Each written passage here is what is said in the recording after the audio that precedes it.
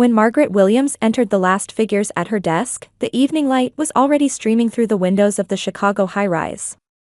She had established herself as one of the most accomplished accountants in the past 5 years, securing a solid position as a financial advisor for major corporations. But today, as on many days, her thoughts drifted away from work to her parents living in Denver. "Margaret, this quarterly report is excellent," her boss Thomas said, stopping by her desk and patting her shoulder lightly. "Thank you, Thomas. It took some time, but I'm satisfied with the results," Margaret smiled back, even as she felt her phone vibrating. Looking at the screen, she saw a message from her mother. "Maggie, the money for this month is a bit late. Did something happen? Our heater broke down, and we need money for repairs." Margaret sighed. Maggie, that nickname brought back childhood memories. Her parents only called her that when they wanted something. In her family, her sister Brittany had always been the center of attention. Margaret was 8 when Brittany was born. Her sister was an adorable baby with blonde curls and blue eyes, and her parents, especially her mother Carol, doted on her. Her father John was the same. "Our little angel," he always called Brittany. Margaret pushed the memory away and replied to her mother's message. "I'll send the money today. Sorry to hear about the heater troubles." She opened her online banking and transferred the usual $2,000 to her parents' account. This took up a significant portion of her monthly salary, but Margaret viewed it as her own form of atonement. When her parents said they had run out of retirement funds, there was nothing else she could do. After work, Margaret returned to her compact one-bedroom apartment. It wasn't luxurious, but it was clean and had a peaceful atmosphere. While preparing a simple dinner in the kitchen, she again found herself thinking about her relationship with her parents. During her childhood, her birthday presents had always been modest compared to her sisters. Her parents hadn't shown up at her high school graduation. It coincided with Brittany's dance recital. Still, she loved her family. And when she learned they were in financial straits, she didn't hesitate to offer support. As she was taking her meal out of the microwave, Margaret's phone rang. It was Brittany. "Maggie," a bright, cheerful voice exclaimed. "I heard from Mom that you sent money. You're truly the best sister ever." "You're welcome, Brittany," Margaret replied calmly. "I'm glad I can help our parents." "Yes, you're always so dependable," Brittany took a breath and continued. "By the way, have you seen my Instagram? I've started a new fashion blog. I'm getting more followers." Margaret smiled.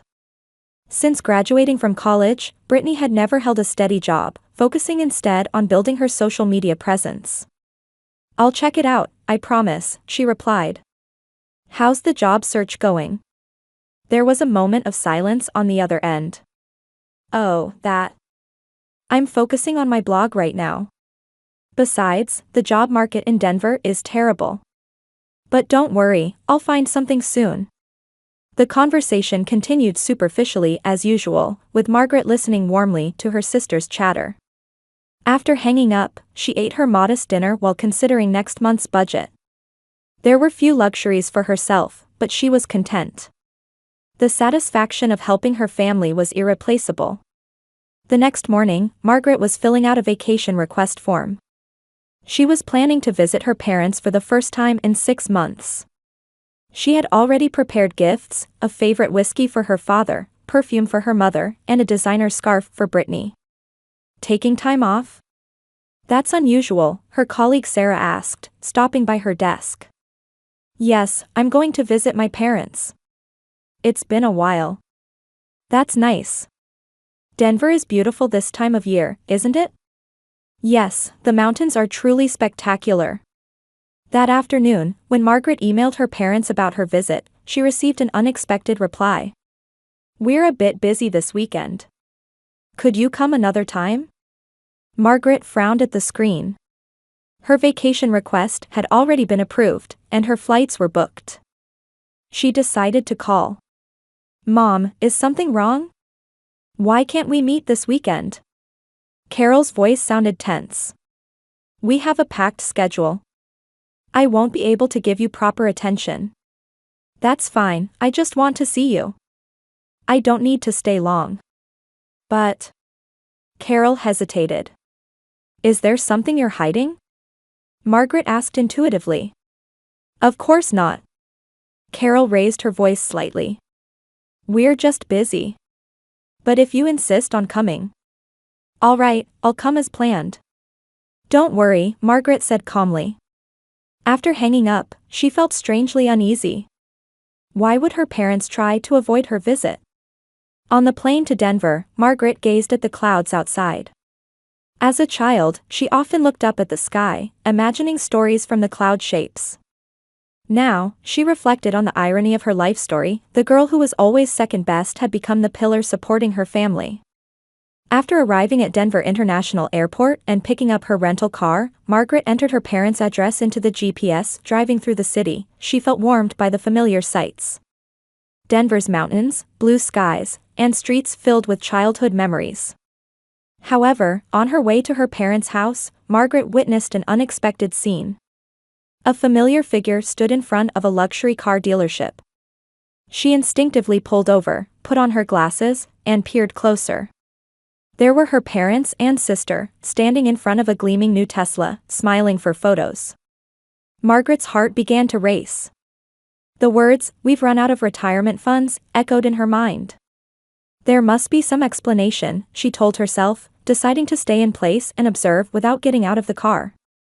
Margaret hid behind an SUV, watching the scene unfold before her. Her parents and sister stood in front of the Tesla dealership in an elegance she had never seen before. Her mother Carol wore an expensive designer dress that Margaret could never have afforded with the money she sent, with emerald earrings glittering in the sunlight. Her father John was dressed in a perfectly tailored navy suit, wearing a clearly new luxury watch instead of his old worn one. And her sister Brittany was clothed in the latest fashion brands, looking sophisticated beside their parents. The scene was so drastically different from "We've run out of retirement funds" that Margaret felt confused. Was this where the $2,000 she struggled to send each month was going? The Tesla salesman approached the three, handing over the keys. Father John took them with a broad smile and embraced Mother Carol. Brittany let out a small cheer and started posing with the car for her smartphone. "Dad, this will make my Instagram posts so much more glamorous," Brittany said in a voice full of joy. "Yes, our family finally has a car worthy of our status," John replied, puffing out his chest. Margaret felt a sickening sensation in her stomach. She struggled with whether to confront them or simply leave.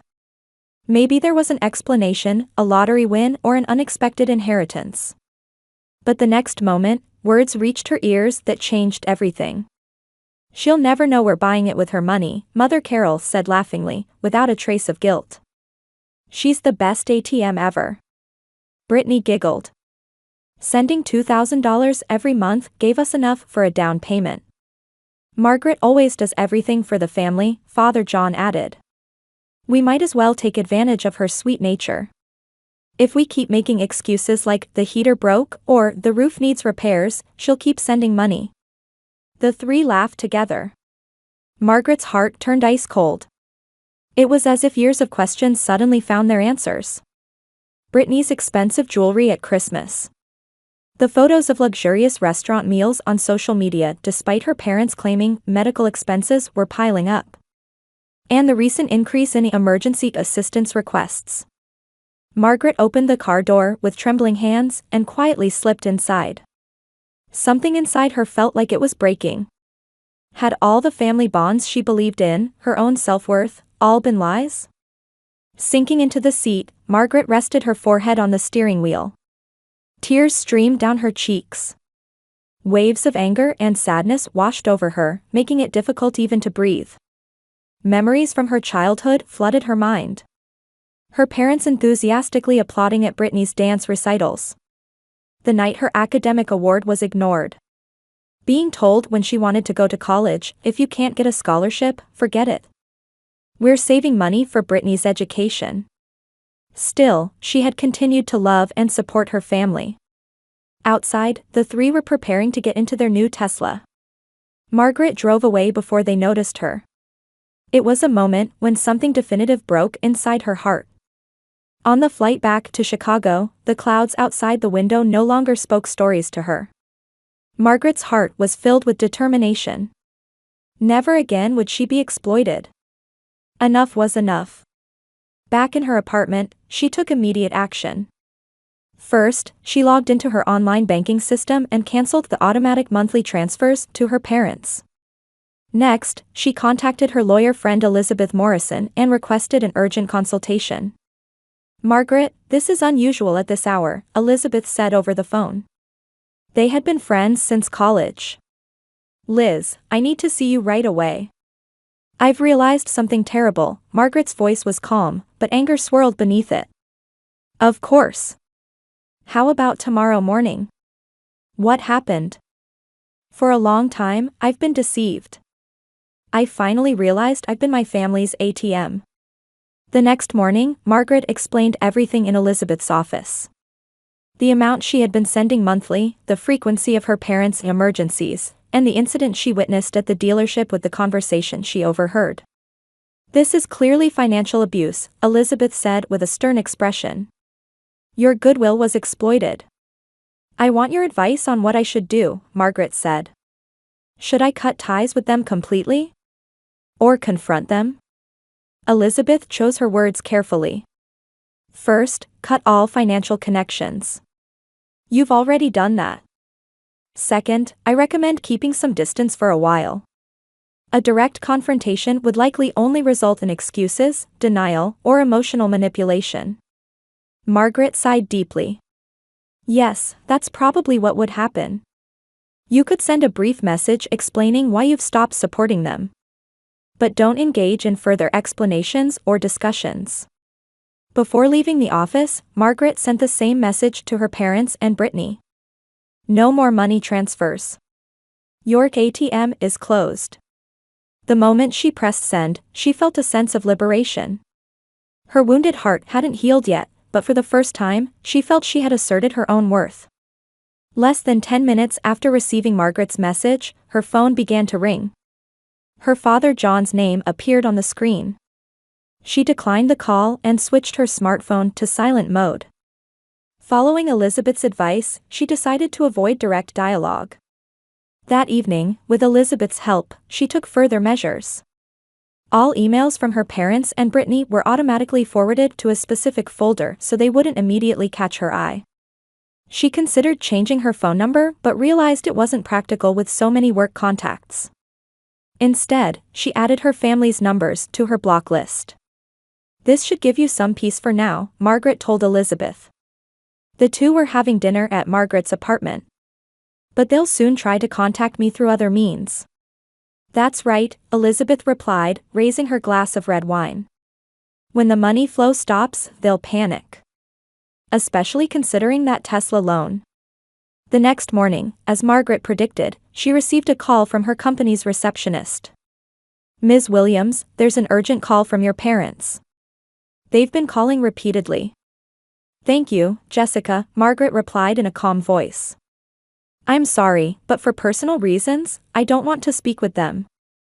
If they call again, could you give them my lawyer Elizabeth Morrison's contact information?" The cheerful receptionist looked somewhat confused but nodded. "Understood, I'll let them know." In the afternoon, Margaret received a message from her mother Carol to her company email address. "Maggie, what's happening? Why can't we reach you suddenly? If it's about money, there might be a misunderstanding. Call me right away. I'm worried." She forwarded the email to Elizabeth and requested a draft reply. She wanted a calm legal perspective. 20 minutes later, Elizabeth sent a suggested response. "Mrs. Carroll, this is Elizabeth Morrison, the lawyer representing Margaret. All future communications with Margaret will be handled through me." Margaret witnessed the incident and conversation at the Tesla dealership in Denver, and the cessation of financial support is a result of that. "If you have any questions, please contact my office." Margaret approved the reply and sent it. At least now her parents would understand what she knew. That evening, a flood of text messages began arriving from Brittany, sent from an alternative phone number. Margaret read the messages but didn't reply. Instead, she blocked Brittany's new number as well. The next morning, she temporarily deactivated all her social media accounts. Protecting her mental health was the priority. "Am I doing the right thing?" she asked Elizabeth a few days later as they had lunch together. "Sometimes I think I'm being too harsh." "Margaret," Elizabeth looked at her with a serious gaze. "You've been exploited for years. Setting boundaries is self-defense, not punishment. The moment they treated you like an ATM, the family trust was already destroyed." Margaret silently picked at her salad. "But they're my family." "Yes. That's why this period is necessary. If there is to be true reconciliation, it can only happen after they acknowledge their actions and show genuine remorse." About 3 weeks after stopping her support, Margaret was working in her office when she received a message from their mutual friend Linda. "Brittany is causing a scene on social media. You might want to check it out." Driven by curiosity, Margaret temporarily reactivated her account and checked her sister's Instagram page. There was a series of posts. In the first post, Brittany appeared with a sad expression, accompanied by a long caption. "Facing a family crisis. My sister suddenly cut off all aid, and my parents are financially struggling. How can a blood sister abandon her aging parents? Please send prayers and support." The next post showed a photo of her parents' house, with the text, "They might have to give up this house. My sister earns millions yet refuses to help." Margaret smiled wryly. She didn't earn millions. In fact, she had been cutting into her own savings to support her parents. Looking at the comments section, she found an unexpected development. Many of Brittany's friends had left questioning or critical comments. Margaret put down her smartphone and exhaled deeply. Brittany's performance seemed to be backfiring. "Lies always come to light eventually," she whispered to herself. That night, Margaret met with a psychological counselor for the first time. On Elizabeth's recommendation, she visited Dr. Julia Chen, who specialized in family issues.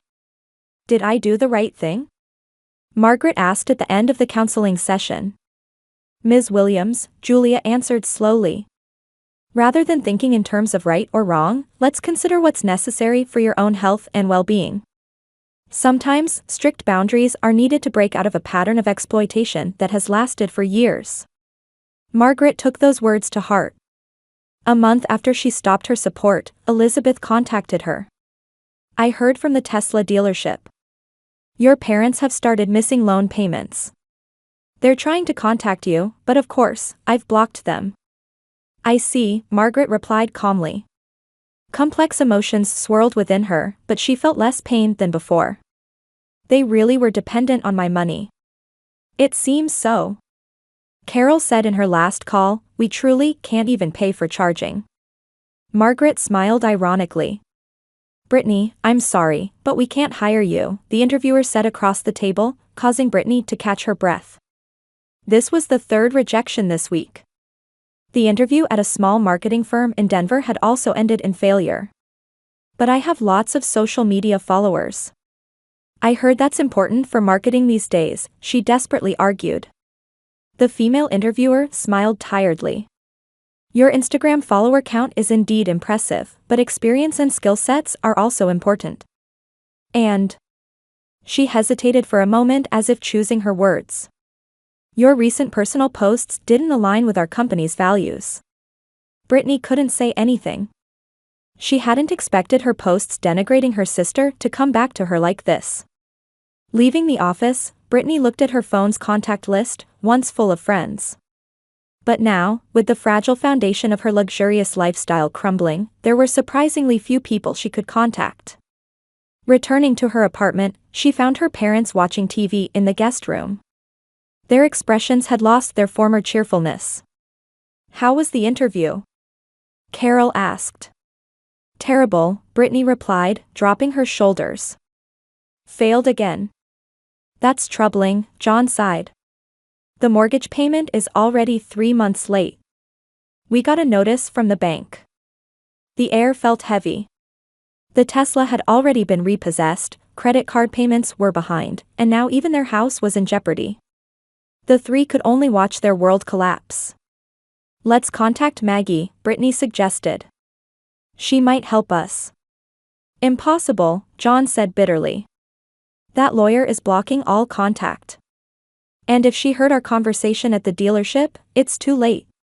Brittany retreated to her room and lay on her bed. For the first time, she felt truly alone. When she picked up her smartphone, her followers had decreased by more than half. Despite her flashy posts, as the truth about her family's financial situation came to light, many people had distanced themselves from her. A few weeks later, Brittany was packing a small bag with essential belongings. "Are you really going to Chicago?" Carol asked anxiously. "There's nothing here, Mom," Brittany answered quietly. "At least Chicago has more job opportunities." And she left her words hanging. Deep down, she wanted to apologize to Margaret, but she didn't have the courage to tell her parents. Arriving in Chicago, Brittany rented a small apartment in the suburbs. Her savings were minimal, but she managed to find an affordable place. However, job hunting proved more difficult than expected. Her resume had too many blank periods. "What have you been doing since college graduation?" The same question was repeated in every interview. The answer, "I was aspiring to be a social media influencer," only made most employers frown. After failing her fifth interview, Brittany found a small advertisement in a local newspaper. Northside Community Center, seeking administrative assistant. No experience required. Motivation valued. The next day, she visited the community center. The building was old but had a warm atmosphere. After introducing herself at the reception, a middle-aged woman named Eleanor Jones, the center director, greeted her. "Ms. Williams, welcome," Eleanor said with a warm smile. "I've reviewed your resume, and frankly, your experience is limited." Brittany nodded. "Yes, but I'll work hard. I really need a job right now. The work here is mundane. Filing documents, answering phones, sometimes helping with events. The salary isn't high." "That's fine," Brittany replied seriously. "I want to make a fresh start." Eleanor stared at her for a moment, then smiled. "Let's start with a 1-week trial period." A few days after starting work, Brittany was surprised to see Margaret Williams' name prominently displayed on the donor's wall in the center's hallway. "Do you know Margaret Williams?" Eleanor asked, noticing her surprised expression. "She's my sister," Brittany replied in a small voice. Eleanor's eyes lit up. "Oh, how wonderful. Margaret is one of our biggest supporters. Thanks to her, our after-school programs for children and services for the elderly can continue." Brittany was speechless. She hadn't known her sister was involved in such things. "She volunteers too. She comes at least once a month to read to the children, and sometimes helps with accounting consultations," Eleanor continued. "She's truly a remarkable person." That night, Brittany was thinking about Margaret in her apartment. Her sister had paid for part of her moving expenses on the condition that she wouldn't show her face. At the time, she had taken it for granted, but now she felt differently. The next weekend, Brittany was assigned to organize old photo albums at the center. She pulled a dusty album from a box. As she turned the pages, a 15-year-old photo appeared. There was young Margaret, wearing a graduation gown, smiling surrounded by the center's staff. "What is this photo?" Brittany asked Eleanor. "That's Margaret's college graduation," Eleanor smiled nostalgically. "Since her family couldn't come, we staff members rushed over. She was volunteering here while attending college, so everyone wanted to celebrate her success." Brittany couldn't move as she stared at the photo. On that graduation day, she was 14 and had gone to Disneyland with her parents. She had completely forgotten about Margaret's graduation, or rather, hadn't even cared. "She went to college on a scholarship," Eleanor continued. "She didn't have family support, but she paved her own way. She was such a strong girl." Brittany went home early that day. Arriving at her apartment, she pulled out an old notebook from her belongings. It was Margaret's middle school diary, which she had taken from home during the move. She had taken it half-jokingly then, but now she was curious about its contents. With trembling hands, she turned the pages and found young Margaret's anguish written there. Another dance recital for Brittany today. Dad and Mom bought her a new video camera. They didn't celebrate my science fair victory, but I'll try not to mind. Someday they'll recognize me. And on another page. Mom doesn't want to hear about my college plans. She said, we need to save money for Brittany's future. But it's okay. I'll apply for scholarships. I'll definitely go to college and succeed on my own. Brittany felt her vision blur with tears. She closed the notebook and gazed out the window. The lights of Chicago floated in the night sky. Somewhere in that light, Margaret was there. She sat at her desk and took out some stationery. Hi Maggie, this is Brittany. I have something to tell you. She began writing a letter but rewrote it many times. No words seemed sufficient to compensate for years of neglect and exploitation. In the end, she put the half-written letter in a drawer. She still didn't have the courage to send it. Chicago's winter was harsher than usual, and beautiful frost patterns decorated the windows of Margaret's apartment. A year had passed since she stopped providing support, and her life had changed quietly but surely. Her career as a private financial advisor was going well, and last year she had saved adequately for the first time. Without the remittances to her parents, she now had time and money for herself. She had started attending pottery classes on weekends and began the small stock investments she had dreamed of for years. Above all, there was a confidence in her eyes that hadn't been there before. She maintained a limited relationship with her parents. At Margaret's suggestion, they agreed to talk on the phone just once a month. They had sold their house and moved to a smaller apartment. The luxurious lifestyle was gone, and they now relied on Social Security benefits. The phone conversations were superficial and sometimes awkward, but she was no longer exploited as before. The strict boundaries Margaret had set created an odd balance. While organizing the house, I found many of your old photos, her mother Carol said during last month's call. Her voice had a rare tinge of regret. Your science fair trophies and college transcripts too. Carol faltered. We should have been proud of you. Margaret didn't know how to respond to those words. It was the recognition she had longed for years, but it seemed too late now.